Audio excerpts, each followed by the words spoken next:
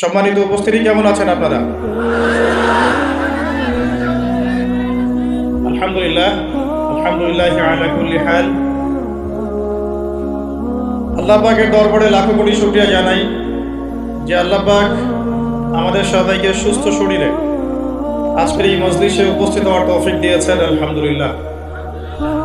আরো একবার শুকরিয়া জানাবো মহান আল্লাহ রাব্বুল আলামিনের দরবারে, যিনি আমাদের সবাইকে পুরো বছরের মধ্যে সর্বশ্রেষ্ঠ মাস শাহরুর রমাদান মাসের দ্বার প্রান্তে উপনীত করেছেন। আলহামদুলিল্লাহ। আমরা আল্লাহর কাছে দোয়া করি আল্লাহ পাক আমাদের সবাইকে সুস্থ শরীরে আসন্ন রমাদানের সবগুলো সম রাখার তৌফিক দান করুন এবং রমাদান মাসের হক আদায় করার তৌফিক দান করুন। আমাদের আজকের আলোচ্য বিষয় ইফেক্টিভ রমাদান। কিভাবে আমরা আমাদের রমাদানটাকে সবচেয়ে ইফেক্টিভলি ইউটিলাইজ করতে পারি, এটাই আমাদের আজকের আলোচ্য বিষয়। আল্লাহ রাব্বুল আলামিন আমাদের সবাইকে আলোচনা শুনে বুঝে আমল করার তৌফিক দান করুন। আমি আজকে মূলত আপনাদের সাথে 10টা পয়েন্ট শেয়ার করতে চাই। এই 10টা পয়েন্টের দিকে যদি আমরা একটু খেয়াল রাখি, ইনশাআল্লাহ তাআলা আমরা আশা করি যে এই রমাদানে আমরা আল্লাহ রাব্বুল আলামিনের সন্তুষ্টি এবং রেজামন্দি হাসিল করতে পারবো ইনশাআল্লাহ তাআলা। আজকে আপনাদের সাথে আমি 10টা পয়েন্ট শেয়ার করতে চাই, যে 10টা পয়েন্টের উপরে যদি আমরা নজর রাখি ইনশাআল্লাহ তাআলা আশা করা যায় যে আমরা আমাদের রমাদান মাসটাকে সবচেয়ে সেরাভাবে উপভোগ করতে পারবো ইনশাআল্লাহ তাআলা। সর্বপ্রথম একটা হাদিস আমি আপনাদেরকে স্মরণ করাতে চাই। হাদিসটা বিশুদ্ধ সনদে অনেক কিতাবে এসেছে।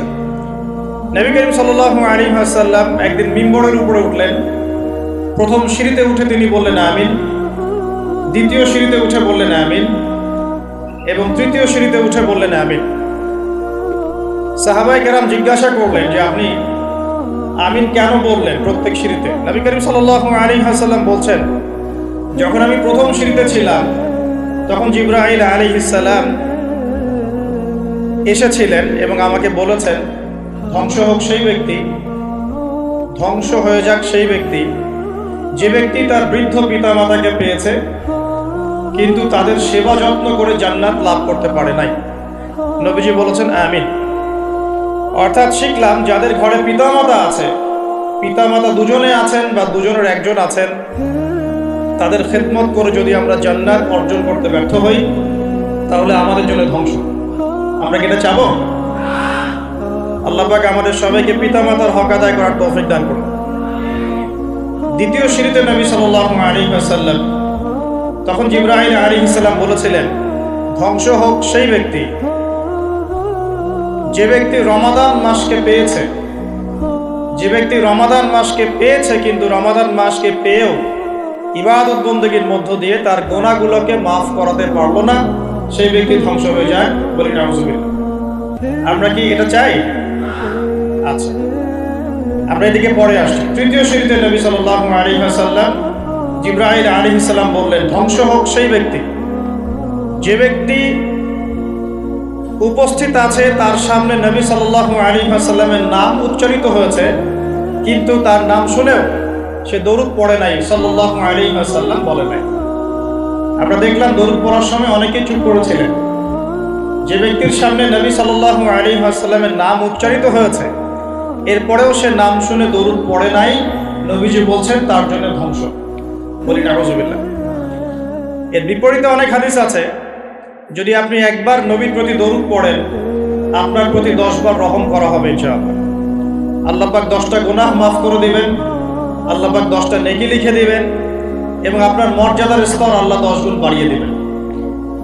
অতএব যদি কেউ টেনশন ফ্রি লাইফ লিড করতে চান তাহলে বেশি বেশি দরুদ পড়বেন, বলবেন সাল্লাল্লাহু আলাইহি ওয়াসাল্লাম অথবা দরুদ ইব্রাহিম যেটা আমরা পড়লাম, অথবা আল্লাহুম্মা সাল্লি আলা মুহাম্মদ ওয়া সাল্লিম, অথবা আল্লাহুম্মা সাল্লি ওয়া সাল্লিম আলা নবিয়িনা মুহাম্মদ।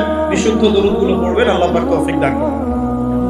এখানে একটা বিষয় লক্ষণীয়, নবীর নাম শুনে দরুদ না পড়লেই যদি অভিশাপ পেতে হয়, নবীর নাম শুনেছি দরুদ পড়ি নাই, একটা আমল ছুটে গেল, এর ফলশ্রুতিতেই যদি নবীর অভিশাপ পেতে হয়, তাহলে আমরা সারা জীবনে যারা নবী সাল্লাল্লাহু আলাইহি ওয়াসাল্লামের সুন্নতের খেলাফ চলছি, আমাদের কি হবে সেটা ভাবার দরকার আছে কি নাই? কথা কি বুঝতে পারছেন? এই যে আমরা সারা জীবনে উঠতে বসতে চলতে ফিরতে, চেহারা সুরত, পোশাক আশাক, রুচিতে, অভ্যাসে, পছন্দে, সংস্কৃতিতে, অর্থনীতিতে, ইভেন পলিটিক্সেও আমরা যে নবী সাল্লাল্লাহু আলাইহি ওয়াসাল্লামের সুন্নতের খেলাফ চলছি, তো আমাদের জন্য কি নবী সাল্লাল্লাহু আলাইহি ওয়াসাল্লাম সুপারিশ করবেন, খুশি হবেন? একবার নবীর নাম শুনে দরুদ না পড়লেই নবীজি বলছেন তার জন্য ধ্বংস। তার জন্য কি?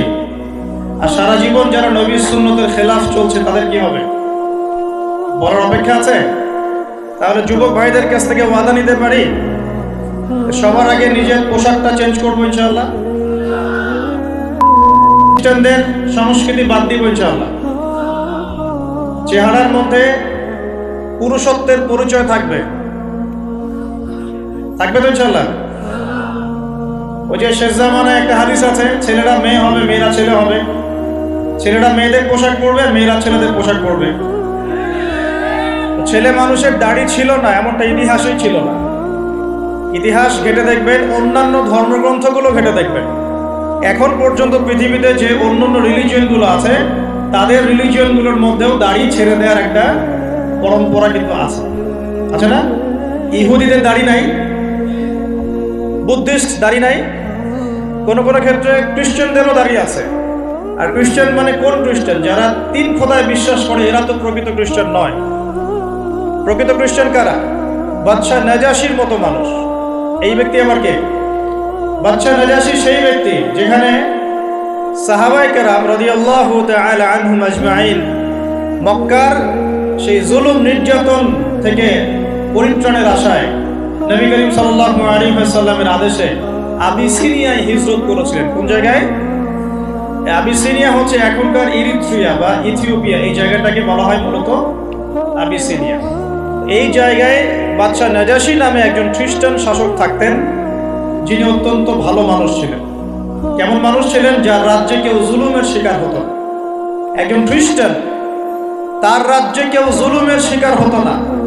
আর এখন মুসলিমদের রাজ্যে ঘরে ঘরে, মানে শিকরে শিকরে, শিরায় শিরায় জুলুম আর নির্যাতন চলছে কি? তো জুলুম কাউকে ছাড়বে না, ছাড়বে? জুলুম কাউকে ছাড়বে না।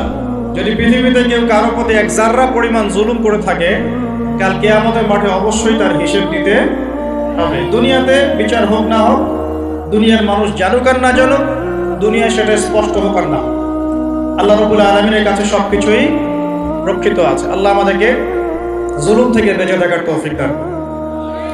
আমরা বলি রব্বানা যালামনা আনফুসানা ওয়া ইল্লাম তাগফির লানা ওয়া তারহামনা লানাকুনান্না মিনাল খাসিরিন। আমিন। প্রিয় ভাইরা, যেটা বলছিলাম, যুবক ভাইদের কাছ থেকে ওয়াদা নিচ্ছিলাম, দাড়ি রাখা যাবে তো ইনশাআল্লাহ? আজকের লেকচার যারা শুনছেন, ইয়াং জেনারেশনের ছেলেরা আছেন, দাড়ি ছেড়ে দিবেন, ওয়াদা করছেন তো ইনশাআল্লাহ? আচ্ছা, ওয়াদাও নিব মাঝে মাঝে কিছু কিছু। একটা ওয়াদা করলেন, নিজের গেট আপ চেঞ্জ করবেন। একটা হলো নিজের চেহারা চেঞ্জ করবেন। 3 নাম্বার, নিজের বিশ্বাসের জগৎটা পরিবর্তন করবেন। কোন জগৎ? বিশ্বাসের জগৎ। আপনার জীবনের উদ্দেশ্য কি? বলেন, আপনাদের জীবনের উদ্দেশ্য কি? আমাদের ইয়াং জেনারেশনের জীবনের উদ্দেশ্য হয়ে গেছে এখন একটা সার্টিফিকেট, একটা জব, একটা কেরিয়ার, একটা সরকারি চাকরি, একটা ব্যবসা, একজন সুন্দরী নারী। হ্যাঁ,